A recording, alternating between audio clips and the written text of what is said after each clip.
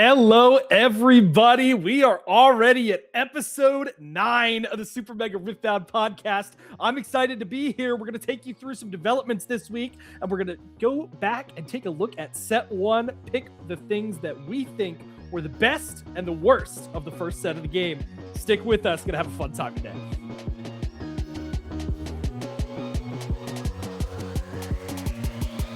Hello, everyone. Welcome to episode 9. Like Eli said, so close to double digits. Before we get started with the episode, obviously, if you guys are watching, do want to address a little of the elephant in the room. If you guys listened last week, we said that we would have our third full-time co-host with us. He's actually starting next week, so just a little bit of scheduling issues. This week, he will be joining us next week for episode 10 to kick off our double-digit run.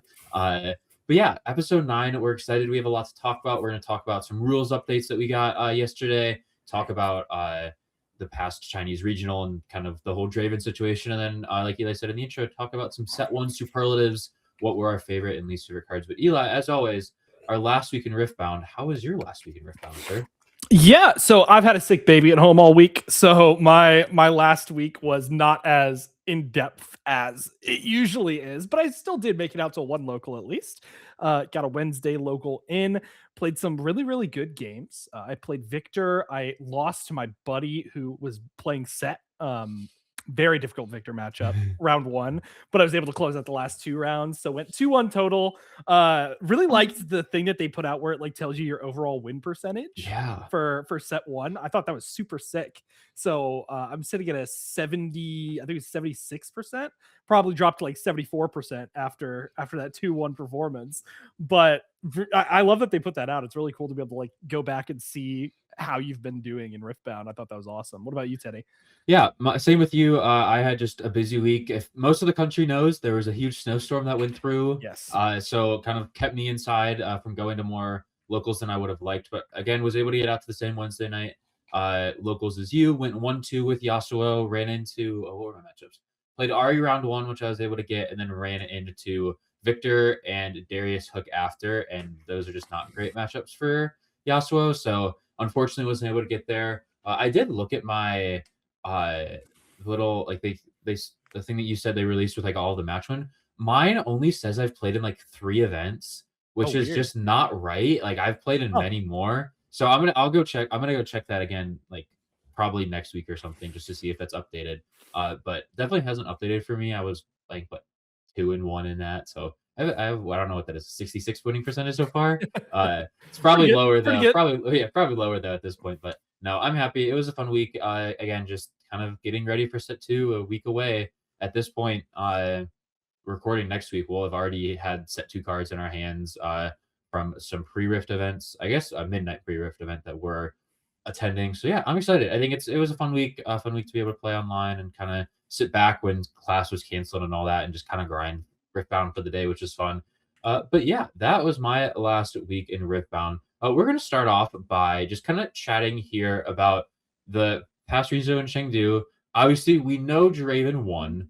That wasn't something that is a surprise to anyone. I do want to bring up Fiora Hook real quick. Obviously, for anyone who knows how Darius Hook works, it's kind of the exact same thing, but in orange and yellow. Obviously, a little less of the token spam that Darius has, but Eli, just curious to hear your thoughts on Fiora Hook and if this can be a deck that we take over here and make good and make better in the North America and kind of the West in general. Yeah, so I was pretty interested in Fiora Hook overall, to be honest with you. I played it a couple of games into a couple of my Draven friends that have been spamming Draven. Matchup felt playable, felt definitely like a playable matchup. Draven still just has the edge, I think, but I think it has the edge on it pretty much every deck other than maybe Ezreal, to be fair. So that was a little bit hard to overcome, but on the bright side, Fiora Hook felt playable into it, right? Because you move your guy to the battlefield, you hook your guy off the battlefield. Draven can't draw a card when they come into the battlefield. Just that small interaction felt pretty solid. The one thing I will say, it's missing card draw. Of course it is. It's a body yellow deck, so it's like Hidden Blade being your primary card draw, but it also was missing just a little bit of oomph to it. Like it felt like I was doing unfair things sometimes, but it didn't feel like I was doing more unfair things than Draven was. I think the deck is really cool. I do think it needs improvement. I was missing off of my hook sometimes because I don't think the ratios were quite right for creatures to non-creatures. But sometimes you don't even need to hit off the hook. It's just better to get the thing off the battlefield anyway, even if it's dying, because it doesn't give your opponent a card.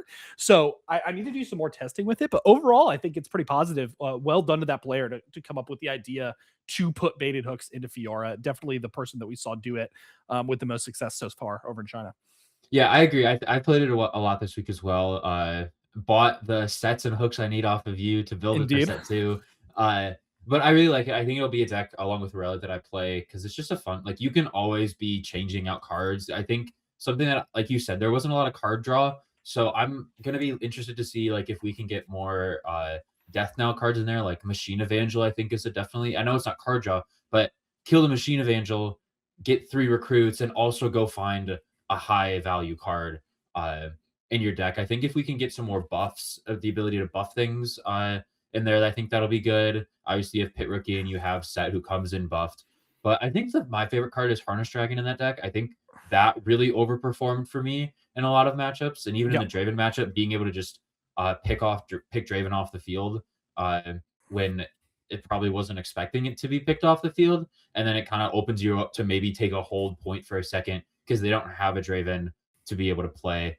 So I liked it a lot. I think it'll definitely be a deck that, obviously, like you said, the ratios are a bit off. And I think there just needs to be tampered with a bit more just to see what can be changed. But overall, I really like it. I think it's going to be a deck that sees success here. I think I'll talk about it later. I think Hook is going to see a card that goes up a little bit. So yeah, I liked it a lot. I think it'll be a good deck. But obviously, we're here to talk about our good friend Draven. And I think the thing that after this weekend that's been going around the community is, are we going to ban Draven? Do we need to ban this card? Do we need to take cards out of it? That's maybe we ban the leader, but not the champion unit or what? Like, so I'll ask you, obviously, what are your thoughts behind it on the whole ban Draven thing? I don't think you should ban Draven. I don't think you should ban a champion so early into the game's history. I think you should adjust the champion or adjust the mechanic featuring that the champion is featuring. So in this case, it's combat. I think they just need to make a rules change to say that combat is only when combat damage has been dealt. I think that would be a far more fair way to do it, because currently the reason that Draven is feeling so unfair to a lot of people is that it's combats that it's winning is just fight or flighting or rebuking your opponent's card that's on the battlefield and then winning combat that way, which is always going to feel unfair with how it's currently set up. So I think that Draven overall is a problem deck. I think the biggest problem with Draven is not that it's going to be represented at a high level, which it will be. We've seen 2 huge tournaments for it in China that it's represented at even higher than Kaiso was set 1. I think the bigger problem is that it is going to push local communities away from playing the game, because it is one of the more unfriendly decks for a casual player that I've seen in a card game for quite a while. If you have to know exactly how to play against Draven, and it has to be on your mind constantly, your entire game plan. And most of the time that's still not going to work because the deck is just really good, right? So unless you're playing Ezreal or something that has a good matchup in a Draven, it can be pretty hard. But we're seeing decks cut 2-drops entirely to facilitate their matchup in a Draven, because you just can't afford to play a 2-drop onto a battlefield on your turn too, because it gives them a card coming back through. So it is a warping deck. It is a warping set of cards. I think overall it will be fine. They know it's a problem, so I'm sure they will fix it. I'm just interested on how they will fix it. You know what I mean? Yeah, I think it'll be interesting to see how they fix it before Bologna and Vegas, because if we see it highly represented and they don't make a change before Italy and then they do make a change for Vegas, that feels unfair to the European players. But I also think they may just wait and see, okay, how does this perform, and how does it feel at a first big event outside of China? And if it is that same thing where it's like everyone's playing it, and I think obviously we'll see it, we won't see it like at the percentage as much as China, because after they made the change to include the golden, or not the golden cards, the metal cards, it still didn't really make like they they don't really seem to care about those all too much. I don't think there was a single Garen played this past weekend There wasn't. Nobody got the Garen Yep. metal card because not a single Garen got played. Yep. So it's like over in China, they don't really care much about that. Obviously, we saw in Houston that people are going to care about it. We're going to get a few players for every single champion. So that'll probably take down Draven's overall percentage a little bit, but I still think it's going to be played incredibly high. I don't think it's like you said, it's an oppressive deck. Like there's no other way to put it. And so I think, like you said, if we can get a rules change to where it's, like you said, in combat damage has to be dealt for it to be considered combat, then okay, you can do that. And I think that'll really change the game. And if they do that early in the set, if they do that before the two RCQs for it just like I don't know, not outside of China is what I'm trying to say here. I think that's a good step, but I don't know if they will do it. Like that's a big question I have is, are they going to do it before these events happen? Because they're so early on in this set. If we had these events like later in the set and we had some third-party events like SAG, CCS, all that stuff, PPG that happen, and then you could look at results from those and say, okay, Draven is pretty dominant and there's an issue, then they could change it. But they're not going to have any statistics from outside of China to go off of before these two events. So that's my biggest thing is, can they change it and will they make a change before these events happen? It's just such an interesting topic because how they handle this is really going to show us how they're going to handle problems in the game in general. We've seen them be pretty liberal with doing erratas for these first couple of sets. And that'll get better with time as we join up with China and China's metagame. But I think how they handle this is really going to impact the long-term viability of the game in the eyes of the top tier of like the aspiring professional players, right? Mhm. Because a lot of the sentiment that I've seen is, if this is already happening in set 2, the confidence that I have in the game is low. I don't necessarily subscribe to that. I think that this is not in their wheelhouse and they're learning, right? And learning is okay. It is okay to learn from mistakes and then improve from mistakes. But what we don't want to do is we don't want to scare off local communities. We don't want to scare off the Nexus Knight scene, right? I could see even individual stores potentially considering banning Draven on specific nights or something like that, because like I said, the deck is just very polarizing. But overall, let's not overreact. Let's let it happen naturally. Once we see the representation in the first European event that's coming up, I think they're gonna be forced to act, and we'll see what happens after that. Yeah, I think it's so interesting because we're not on the same schedule as China, and we get all this information before our set 2 season even starts. So people are like, call for the ban already, but we haven't really seen what happens. And like we've talked about before, there are decks that like Ezreal has a chance to beat Draven. Like there are decks that can beat it. It's just, can they beat it consistently? And I think that's the question we have to ask ourselves is that going to happen, or is Draven just going to run all over the field? And I don't really know. And like you said about local communities, I hope that, obviously I'm not going to like crucify anyone if they play Draven at some Nexus nights leading up to Vegas. Like that's okay.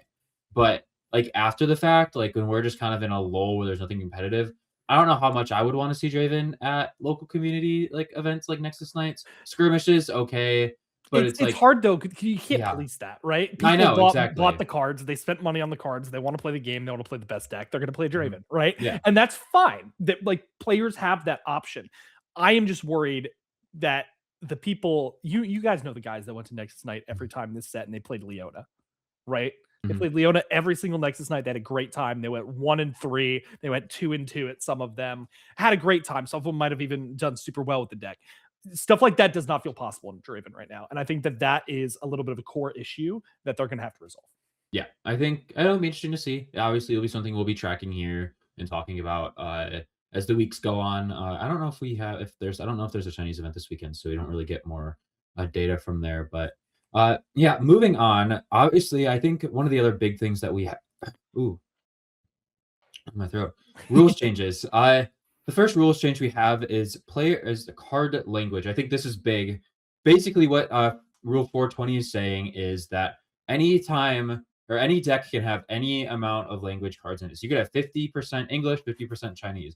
I think this is cool. I think this is helping people getting their hands on cards because, let's all face it, Chinese cards are cheaper to get. So I'm curious to know. I'm just interested to see. The one thing that I thought of is the card stock may be different. And so I don't know how that's going to play into things. So it's not maybe different. It is different. The cardstock is different between Chinese cards, and they also warp differently because the cardstock is different. So you can have your English cards warping in a specific way. I have a magic token as an example. Let me get, actually, I think I have, yeah, check this out.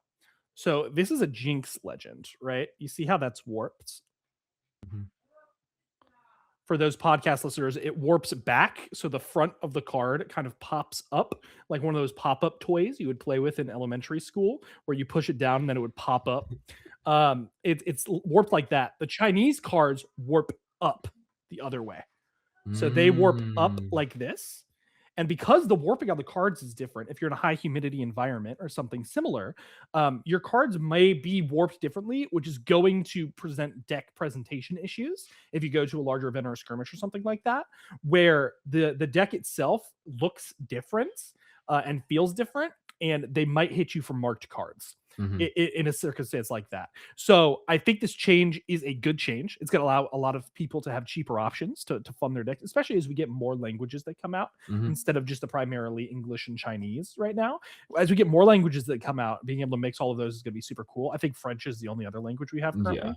I think it's coming for set 2. I don't know if do we have origins. We technically have a French card because we have the Battlefield that came out at the TFT Paris Open that is now legal for play. And yeah, very cool. Because you couldn't play it because there was no 3 French battlefields, but now you can with this rules change.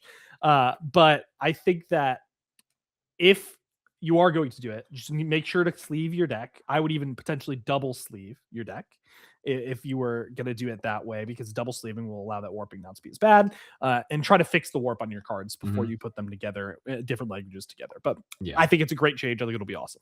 Yeah, I do agree. I think it'll be fun to just be able to see how many people. I know Gail posted a tweet and said, I'm going to make a deck of every single language. I think that'll be fun. That would be fun. I don't know if we'll get 40 languages. I don't think other games have 40 languages, but anyways, I think this is a good change. I think obviously it opens up people to be able to get more more cards in their hands. Obviously, having playing shipping is one of the things you have to consider if you're looking to buy cards from China. If you have a source there that you can get them, you're gonna have to play shipping. But I still think like being able to do that is so much better than having to pay whatever it is here. Yeah. One thing that I will say, if you although buyout prices, Teddy, buyout prices already started for Chinese cards, so maybe hold off for a couple weeks. Wait a little bit. Test the waters. But one thing I will say, just with the warping and everything, if you are worried about that, it's always best to just play one language. I think that I will say that because that's probably what I'll do. I'm going to stick with English and just play those cards because I don't have to worry about that. But if you are looking to play different languages, just be like, you can, if you have a card that's warping a little differently in your hotel room before an event, take the Bible that they give you and put it, the Bible that's in there, take it, put it on top of a few cards, let them flatten out overnight. You can stack the Book of Mormon on there as well. There you go. You're in a Hilton property. Or Marriott property, I don't remember what it is. But yeah, perfect. But yeah, next thing we were going to talk about with the rules changes is a really good change, one that we've seen in Magic the Gathering and some other card games. Higher ranked player, meaning if you finished higher in Swiss, you are going to be going first every time, or rather getting a choice whether to go first or second when it cuts to top 8. So you are going to have the ability to say, I'm higher placement in Swiss, I'm choosing to go first, which does give you a reward for placing highly in Swiss going into the top 8. Speaking of top 8, it is now just top 8 cut, no more top 64. Even with these big events, how it currently reads, they will be cutting to top 8 and nothing else. So it should be very interesting. Yeah, I don't know how I feel about the top 8. We were talking about this before we started. It feels like obviously you're going to award those people that made it there and did what they wanted to do. But I think when you look at, like, if you're doing this with top 64, it also adds a little more parity into, like, if you face like 35th and you are then playing someone who plays like lower, like both lower seeds won in your matchup, you're going to be able to go first for one round. And I think that helps. And I don't mind top 8. Like, I don't think it's the best or the worst thing in the world. I'm hoping that maybe like it gets changed in the future. I don't know if it's like the best thing. But I don't know. It's something that I'm curious to see how it gets responded to in Italy and in Vegas. But yeah, I do think so. Go ahead. I was gonna say it's called modified play draw, Mhm. is what this rule is called. It primarily I've seen it in Magic the Gathering, and it It's in usually Lorcana too, I think. is it in Lorcana as well? Yeah. It's been wonderful in Yeah. Magic. It like legitimately, it just means that you get rewarded for doing better in the tournament, which I think everyone is fine with. If Yeah. you are 9-0, you're gonna go first. It's Yeah. not down to a roll. So I personally like that change, Oh, yes, I agree. but I'm also skeptical of the top 8 only. We'll see how that goes at these events. I'm open to it. I'm open to just the cut to top 8. Of course, that I'm hoping that doesn't affect the pricing structure, but we'll have to see what they come out with for that. Yeah, I think, obviously, we haven't seen, what the pricing structure is for these events, but I do think that, like you said, having be the higher seed going first is just so good, and, like, if it forces people to not tie as much as well and play more rounds, and I think something we saw at Houston was later in the day, we were getting, streamed matches that weren't the top tables, which I think we all wanna see the top tables. We all wanna see the people that are doing the best, The playing people the that are best. doing the best still probably won't play. They'll still Yeah, ID I'm under the aware, current system. Yeah. uh, There's if no they can get to top 8 with it. exactly. There's no reason to not ID if you're locked for top 8, even if you're playing for seeding, right? Mhm. Because the risk just highly outweighs the reward in that Yeah. circumstance. If you're playing a match where if you lose, there's potential to get knocked out of top 8. I'm never playing that match. I'm always going to ID if the option is there. So I think we probably will still see not like the top tables, but if it's only a cut to top 8, we're certainly going to see some better Yes. action for sure. That's what I meant. I think we'll see some more, Yeah. more on the line, and we did see stuff that was on the line, but Yeah, it the was top 64 was on the line, right? yeah. For those matches.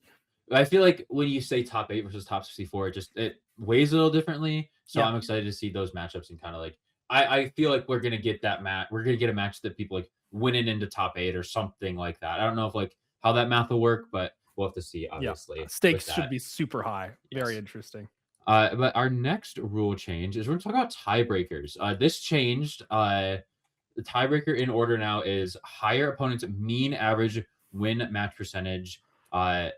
And I believe it was before it was game win percentage, if I'm not mistaken. And I think match win percentage is a better change overall. Yeah, definitely. It puts it in line with other competitive card games for how they do their tie-breaking system. I think that's a great thing. These card games have had it figured out for a very long time. I think match win percentage is a really, really good way to determine how you're gonna do those tiebreakers. Yeah, and then obviously we have a player with higher game win percentage and the player with higher opponent's mean average game win percentage. So it's still there, but it is the third one if you get down to there. And then obviously if those are somehow all tied, have fun rolling a dice or playing rock paper scissors for it. That would be awful to like lose it on top 64 because of a die roll. Which I highly doubt we would ever Yeah, get I to that know. point in tiebreaking, just like statistically, but that is crazy. Like that would like feel so bad if like you're trying to get like for pricing and all that. Yeah. Any more thoughts on tiebreakers? I think there's just a good change, a No, just a good relevant change overall. Definitely needed to happen. I'm glad they listened to the community Yeah. on that one. Yeah. And the final one is the turn rule, which obviously we knew it was coming, but we are now moving into the 60-minute 3-turn rule, which I don't really know how I feel about it yet. I think I need to play with it before I get It's there. There's also one other aspect to it. 60 minutes, 3 turns, and you have to win by 2 points Mhm. in time. So definitely a change that we knew was coming, right? They were test running it in China. Seems that they liked it. They put it into the official national document for the United States and the Western regions. Um, I like it personally. I think winning by 2 definitely gives some decks a little bit more time to catch up in time. Mhm. Of course, removing 2 turns doesn't, but 10 minutes is a lot of time Yeah. to add to a round. So I'm pretty certain this will hopefully fix some of the problems we had. Again, jury's out until we see it happen in Italy and then over in Vegas. But I think most likely this is going to be a change that will end up having less people going into time. And when we're in time, hopefully we'll not have as many. I'm playing an aggro deck, so I'm gonna stall the last 5 minutes of the round and then try to go to time starting first. That kind of Yeah. thing. Yeah. And as always, turn player when you do reach time is turn 0 and then 1, 2, 3 after. But I agree. I think this will be a good change for the game. I think it'll definitely, like you said, a lot more decks to catch up. I think that is something that I've realized in like those 5, or I guess technically 6 turns during time. When I was playing like a slower deck, it's just so hard to catch up if you're Yeah. playing against a faster deck. Oh, like every time I went to time with Victor, I just won the game on the spot. Yeah, it was pretty rough because it's like I always have the guaranteed 2 drop. They miss theirs, the game's over. Yeah. So And especially even with like like Victor and the tokens, like any deck that plays tokens and has like those easy 2 drops is just like, okay, I win, you can't do anything. I'm exactly. gonna and I think this will be interesting to see like when you play with like I won a game with like Gus and I was able to gust something away and they just couldn't like play anything and I was able to go up 2 turns. So I think we'll see cards like that see more play if this really does come into a thing where like, okay, if we are going to time, those decks that have those cards are going to win more often than not, I think as well. They would just remove stuff off the board. But if you're like late into a match, they probably won't make much sense. But if you somehow like play 2 30-minute game 1 and 2s and game 3, you have to do the 4 turns. Those will see more, but that's just probably something that I'm thinking about because I'm playing a deck that has purple in it. But anyways, yeah, that Purple was abuser. Hey, you're the one that's saying you're not playing purple. I'm all okay. To be fair, I also have a deck that isn't purple. I'm playing Fura Hooks, so I'm There you not go. There you go. That's not not always going to be in the driver's seat of the best color in the game. Congratulations. Thank you. Yeah. But yeah, those are all the rules things. I think we can both agree those are good changes for the game. Something that we are going to be obviously looking forward to seeing how they play out, and we'll see. Definitely. Like we've said a lot in this episode, it's just going to be a time thing. But also, I will say it's nice that they're making these changes. They're listening and seeing. It's not like they're just ignoring what's happening. And I think that's something that like going back to Draven, like they're listening to what we're saying and what the community is saying, and they will look to make changes that benefit the game in the long run. Because I doubt they want to kill their game early. They don't. They just don't want to. Correct. And if like they hadn't make these changes, sure, the game may be on a more downward slope if they hadn't made a lot of the changes they made so far, but they're making the changes and doing it well and listening. So I think that's a good thing for the overall health of the game. But our final segment today is going to be a little longer one is Set One Superlatives. We got this idea from one of our locals here, and we're just going to go through a bunch of different cards and say what's the best deck, what's the best card, all of that stuff. Just kind of give our awards and give our flowers to Set One, as this is our last episode where Set One's the only cards we'll have here. Pre-release next week. Yes, I'm excited Very for exciting. it. We're going to start with best deck. I said Kaisa. You said Annie, Eli. I want to say why you said Annie. Yeah, so I thought Annie was the best deck in Set One, specifically because Annie just kind of came out of air quotes nowhere. And really took over the metagame after that first regional that we had. Everyone was like, Kaisa's best deck, Kaisa's best deck. Yi can sometimes beat Kaisa. We're going to play Yi, Kaisa's best deck. And then all of a sudden, out of nowhere, we see so many Annies in the top tables, in the top cut, and then winning the tournament, we see an Annie. And I think that Annie is just the most solid deck where some of the Annie hands that they draw actually just feel unbeatable for some decks. Like legitimately, they curve out so beautifully. They have a flash their guys back. You try to go to a battlefield, they flash their guys back, they just beat you. And it always feels unwinnable. And I think that that is a big mark of what I would consider to be the best deck. Kaisa has a lot of options. You draw a lot of cards. You see a lot of cards in your hands, but you don't really have that hand that's just the Exodia hand, where it's like, okay, I just win the game because I drew this hand. And Annie does have that. I also like the fact that Annie has a designated finisher. Kaisa can sometimes struggle in the end game if they can't like resolve a time warp into winning the game. So I like the fact that Annie has Vi Ride to Win that they can find pretty consistently with stack decks and really set up. And they have a lot of ways to get themselves into a game state in which they can do that. They also beat Aurora, which we're going to come into Aurora. Slight spoiler, I am an Aurora hater, but Annie beats Aurora pretty well. Can struggle a little bit in the specifically MF Aurora, and we'll talk about that maybe a little bit later. But for me, it was Annie. Why did you choose Kaisa? I think Kaisa, obviously, we saw it. I think I took a little bit more of China into it. I took like kind of how obviously dominant it was there and be like, this deck before, obviously, Annie is very good. I will not lie. Like that was Kaisa's biggest rival, and as I was going back and forth on it. But I feel like Kaisa just into the majority of the field, Kaisa still has a very good matchup. I don't think there was ever a matchup where Kaisa's just like, I can't win this.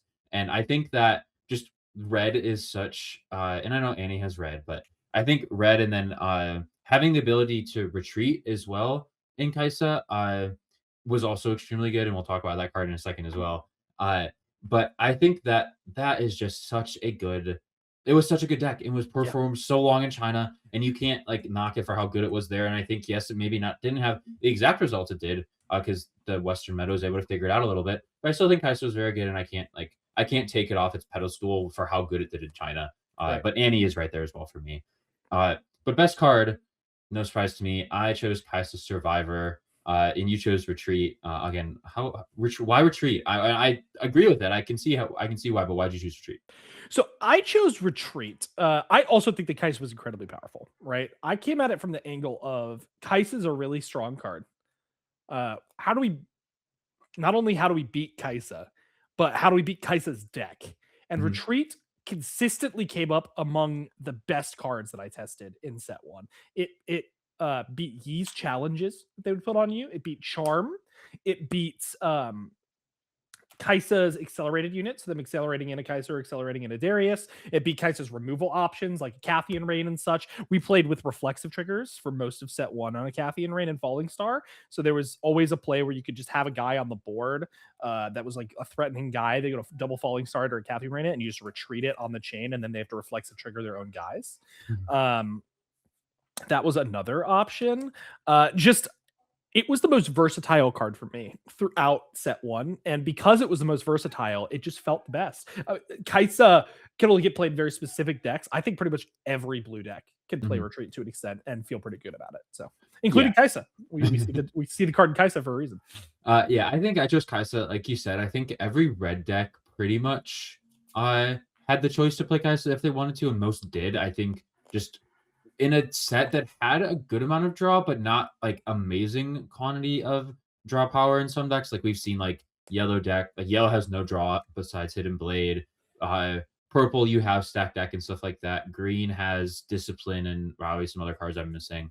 But I feel like the most consistent way we saw cards drawn in this set was through Kai'Sa. And I think that's where I went with it was drawing cards is just so good in any game, and especially in this game where you usually can't see half of your deck unless you're drawing through it. And like we don't have called shot, and we don't have Ezreal yet, so we weren't able to like turn through your deck. And Kai'Sa gave you the ability if you're able to consistently play her and then pull her back, and then be able to kind of just use her in a very good way without having her get removed. And she was removed. She obviously decks were playing things that were able to remove her pretty quickly, but I still think that just the ability of how many cards she was able to draw over the entire course of the set just put her on a level of a lot of other cards weren't able to get to. Definitely. Overhyped deck though. Let's move into that one. You put Master Yi, and guess what?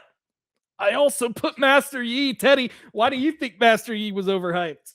I think Master Yi was overhyped because I think when we came into the set with knowing what China had been playing, it was basically a Kai'Sa Master Yi meta.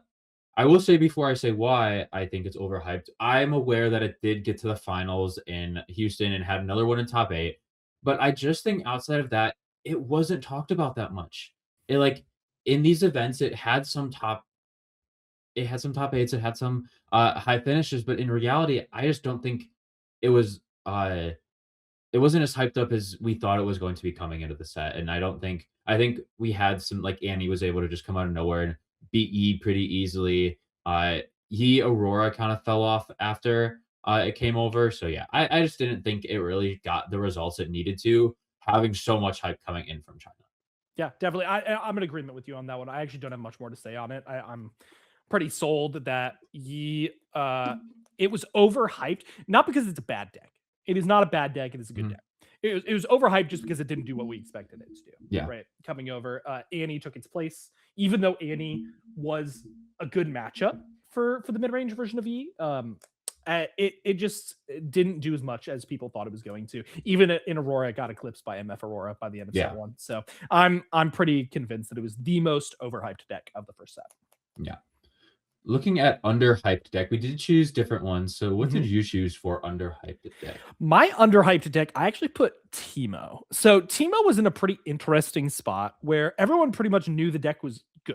Like the deck was playable. It was always playable, but nobody really knew how to put it, how to place it. You saw First Madison performing well with it. You saw some other people performing well with it, but I think my main thought on it is just we saw it perform well enough. It made some top 64s. Our friend Gorica on the podcast a couple of episodes ago performed very well with the deck, topped multiple events with it. I think that people just didn't know what to do with it. But I think that once people kind of figured it out, it became much more of a threat, especially at the local and skirmish level. We've seen it win a bunch of skirmishes locally. Oh yeah. I think for Teemo, like you said, it was just a hard deck to play.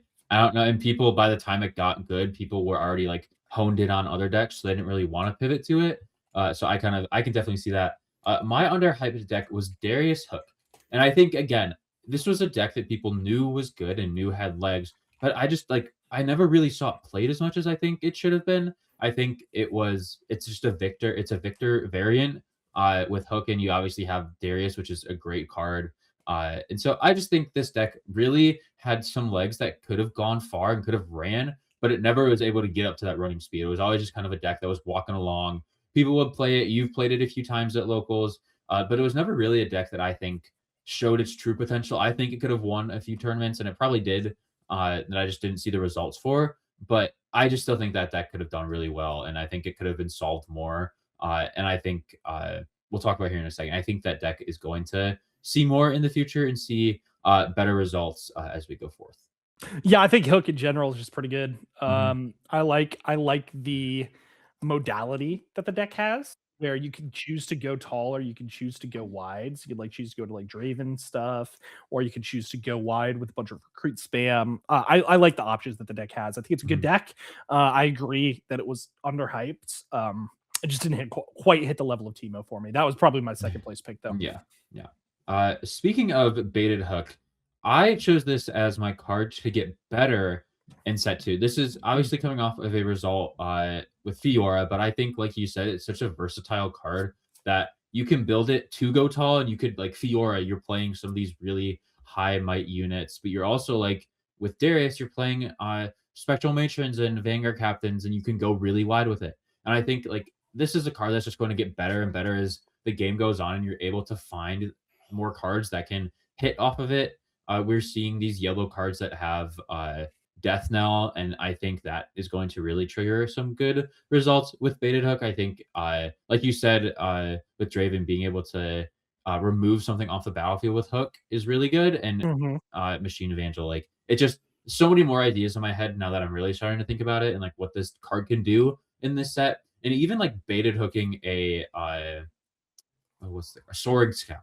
You get a rune and you get to play another card. Like it's good into so many of these cards that can give you something when it dies. Yeah, I really enjoyed it. I think it definitely will get better. Set 2, my favorite combo we've seen so far is the 2/2. I'm spacing on the name, but the 2/2 that when it's mighty and it dies. Oh, Unsung Hero. Unsung Hero. When it's mighty and it dies, draw 2 cards. I think that's insane because in Fiora Hook, you just put a BF sword on it. Yep. You conquer with it. You kill that thing. You draw 2 cards, and then maybe you rip a Harness Dragon off the top. So good. It's just ridiculous. It feels very, very powerful. So yeah, I'm with you. I think baited Hook's gonna get a lot better as we continue. Yeah. But my pick was not baited Hook, but it is in the same vein as baited Hook. And that's because the card that I picked was in fact Vayne. I think this card's getting a signature for a reason. Vayne is going to be very strong in a Draven meta, in my personal opinion, because like baited Hook, it does the one thing you want to do against Draven, which is not leave cards on battlefields. You get to play Vayne. You can go, all right, you're controlling the battlefield. I'm going to rush my Vayne in here. I'm going to take over this battlefield, and then I'm going to bounce that back to my hand, and I'm going to do it again next turn. Vayne not staying on a battlefield is going to be very relevant to Draven meta. Might change if we get some erratas or this way, which way, but I think that Vayne is going to be super solid next set. Yeah, I agree. I think like it's just going to be a theme this set is how much can you leave on a battlefield? And if you can leave nothing on a battlefield, you have a good shot into Draven. And obviously, we are making these decks for Draven, and specifically, there's going to be a deck that comes out that counters Draven and counters everything else because people aren't paying attention to it. So I think that's also just something to keep in mind about But yeah, I think now we're moving on to deck that gets better. I'm gonna go back to our roots, the first deck we played, and you've had obviously more success than I have, but that's Victor. I think Victor is climbing up the ranks. I think as set one went on, people started to realize, oh yeah, this card is good. This deck is good. It has legs. But I think it just we've seen the spells deck, and I think it just gets better. I think we have more options. Death Knell again in yellow is just going to make things so much better. Being able to Hidden Blade a Machine Evangel if you really need to remove something off the battlefield to be able to clear a way for Draven to not be able to get points. That's 3 recruits and you get to draw 2 cards. Like that's a great combo. Very And I good. think something that we can do in set one, but it was just never needed to be able to be done. And we get more what's the card? What is there? There's a card that doubles the effects of Death Knell characters, right? Karthus. Karthus, yes. Karthus is also a set one card. But we just haven't had a use for Death Knell in general. And I think if we're able to get a deck that uses Victor and uses the token spam and is also able to use Death Knell correctly, that's going to be a very good deck going into set two. And we've seen it. Like people are ranking it in their I guess you have S tier, but their A tiers, Victor seeing it. But Victor also has a lot of other options to be able to go and be good. Yep, I tried a Karthus build. Don't really like it. I don't think we're quite there yet with it, but I think it's definitely Nexus Knight material for sure. It probably performed pretty well at Nexus Knights. I think by far the most popular build is the spell variant, like you said, the Oops All Spells Victor.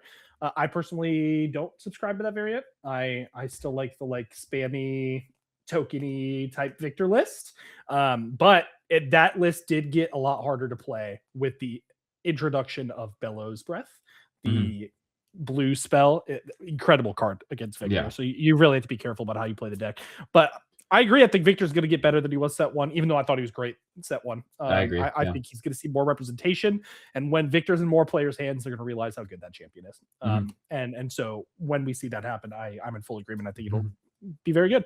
Mine is Ahri. I think that Ahri is a deck that gets better in set two. We actually already saw an Ahri in China make top 8 at one of their events.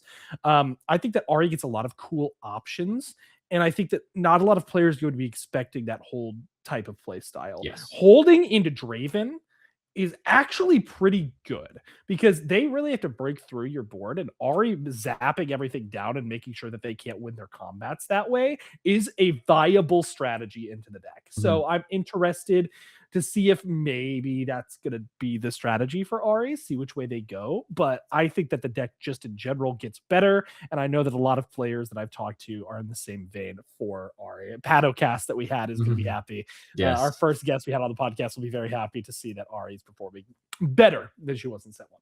Yeah, I agree. I think actually this past Wednesday was the first time I've ever played against Ahri. In set one, I never played against it, never ran into it. And I saw, I'm like, oh my gosh, this can get good. And then I played against it that night online in a set 2 deck. I'm like, oh my gosh, this deck is like it's actually good. Like I just kind of passed it off as like, oh, it's like kind of mid-tier deck. But now I agree. I think it's going to get better. I think it's got resources to be able to hold really well. You already have cards like Sona and their Ahris that are able to like just knock down might.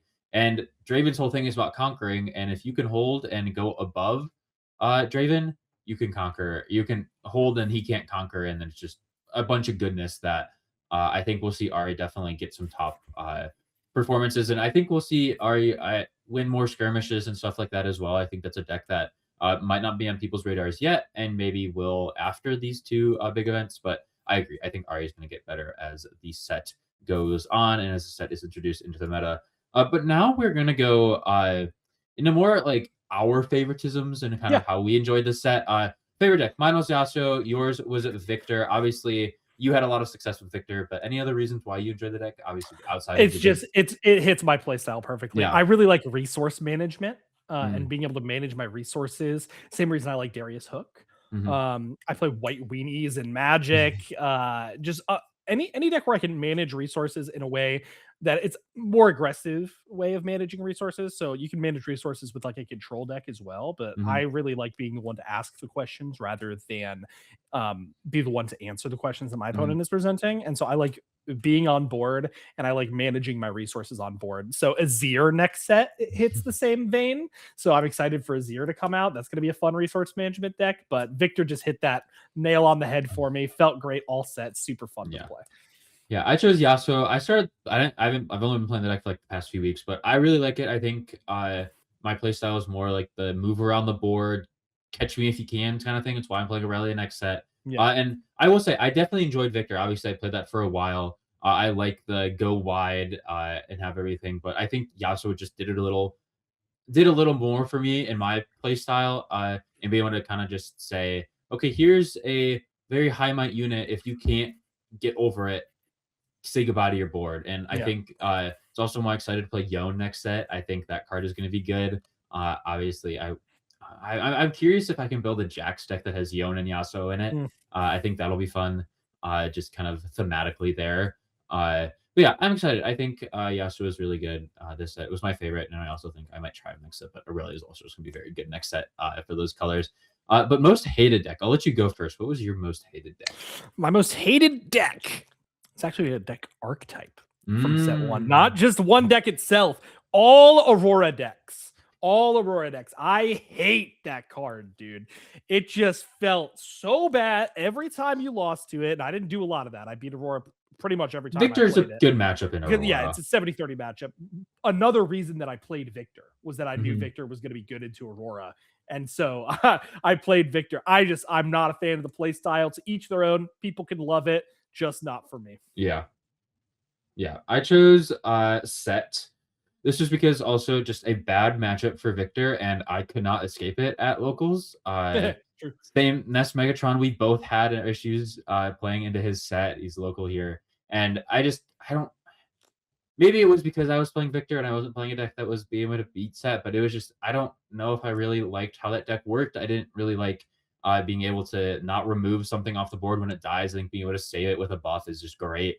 And now phenomenal hero power. Yeah, I'm a hypocrite because I'm gonna be playing Set Brawler in Fiora, but the Set deck overall I think is just an annoying deck. I think being able to keep things on the board with like when you're able if that was able to happen when if Set was worded as when I conquer buff me, I would be fine with it because you can remove it easily with the singularity and all that. Yeah, definitely. But when what's an on play and he gets buffed right away, that changes the whole thing with the game and being able to save him. So yeah, I don't know. Just did not like Set at all. Did not really like playing into that deck at all. But favorite card. What was your favorite card in this? My favorite card in set one was Vanguard Captain. I love Vanguard Captain. I played it in Victor. I played it in Darius Hook. I tried to play it in Lux to middling success, but I love that card. I just think it's so powerful to get 3 bodies on the board simultaneously,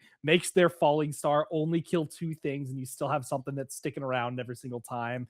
I just love the card. I thought the math of which cards do I need to keep in my hand to make sure that I can trigger a Vanguard Captain that I draw was really fun math. I loved the retreat play. So oftentimes I would be going first. I would make a token turn 1. I would move my token into a battlefield. I would retreat the token. Points if it was Dreaming Tree, which often it was. I would retreat the token, channel the rune. If it was a yellow rune, it paid for my Vanguard Captain power to play the Vanguard Captain on turn 2. That is probably one of my favorite plays of set 1. Just always felt so good. There you go. I liked Rasa the Sunderer. I think is the theme here. Most of my favorite stuff came from Yasuo. I think that's just a broken card in being like in decks that are just playing a bunch of spells and a bunch of things to be able to draw through their deck and be able to buff your might and buff your other units. It was so fun to be able to say, okay, I have 2 Rasas in hand. I have 10. I would always count, and then as soon as I was done counting, it was so interesting to like how I play Yasuo is I would play my like if I didn't have anyone sitting to my right and I had a table, I would play my cards and just like line them up like down the table so I could always count because it's so awkward like picking up your deck going 1 2 like in your like trying to make it look like you're not counting your discard to see how many cards you actually have in there to see how much you have to pay for Rasa. You got to play with the spread, Teddy. I know. You know the spread I do, or you spread out the yard. Well, that's what I did. That's what I started to do is I would just like discard and line it up as to go down, so I could just look over and see. Okay, I was just looking at my discard. I mean, in my head, I'm counting. And I think that was just really cool. Like, oh, I have 10. Okay, here's 2. Here's Yasuo turn. Here's Yasuo turn. Whatever. If I didn't get him out on the regular curve, and then here's 2 free Rosses. I got 18 might on my board, and more or less, if I'm at that point, I can also trigger Yasuo to move Yasuo away, and then it's just it was so fun to be able to play cards for free, and then like every TCG player likes playing things for free. Not me. I'm a fair TCG player, Teddy. Okay. Make my things cost energy. You play seals. You don't have to pay power. You pay your power for free. What do you mean for free? I have to put a seal in my deck to do that, and that card is awful late. I know. Just trying to make you feel bad, man. No, I get it. It's okay. Anyways, our last superlative for set 1 is our most hated card. No surprise for me, it is Set Brawler. I did not like how that card worked in parity with his not parity. What's the word I'm looking for?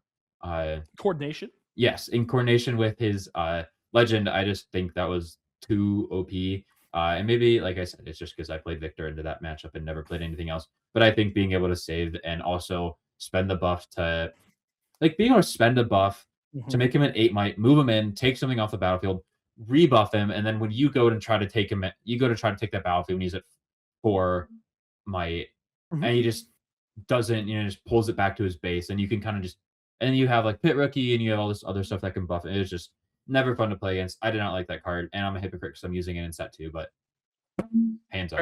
Fair enough. No, my least favorite set 1 card to round us off for our superlatives for the entirety of set 1 was Ride the Wind. So hate is a strong word. I think Ride the Wind was badly designed. And because I think Ride the Wind was badly designed, that is what makes me hate the card. Because I don't think there is a world that Ride the Wind should have readied the card that it moved. I think just moving the card would have been perfectly fine and perfectly fine in the design space.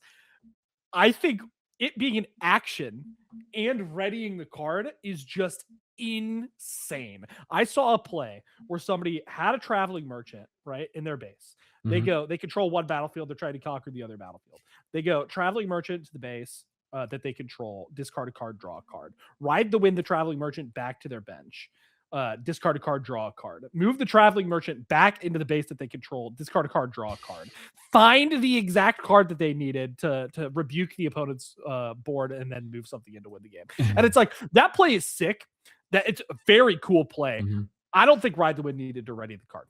You just could have let it go over to wherever you want the card. It's fine. It's like a mini flash, but you don't have to put it in the base. You can move it to the other battlefield, give something ganking with it. Just think the card was a bit overtuned, and I think it's going to get a lot worse for us in set 2 with Ride the Wind, but we'll see how it goes. No, I can see where your mind is at. I am like a little defensive because I am a dirty purple player. And my favorite play is in Yasuo. You play a traveling merchant turn 2, or turn 1, and then you use Yasuo to move it up, and then discard draw, ride the wind into the other battlefield and move it back. Discard draw and then move it back. It's the same thing, and you've gone through six cards there. If you want to see different things, and obviously like early in the game, your hand is probably not like it's probably what you want, so you're not wanting to discard all the time. But even if you do that, you can leave him on the battlefield and say, okay, you have to like trade with me or something, whatever. Yeah. Or like Ride the Wind being an action. I would also be fine if Ride the Wind did what it did, but it wasn't an action. So you couldn't use it during a showdown. Yeah. I think that one or the other, because the card is just so incredibly powerful with what it does, that moving to somewhere and readying the card, like just giving you the ability to score on your opponent's turn, incredibly strong card. Very good.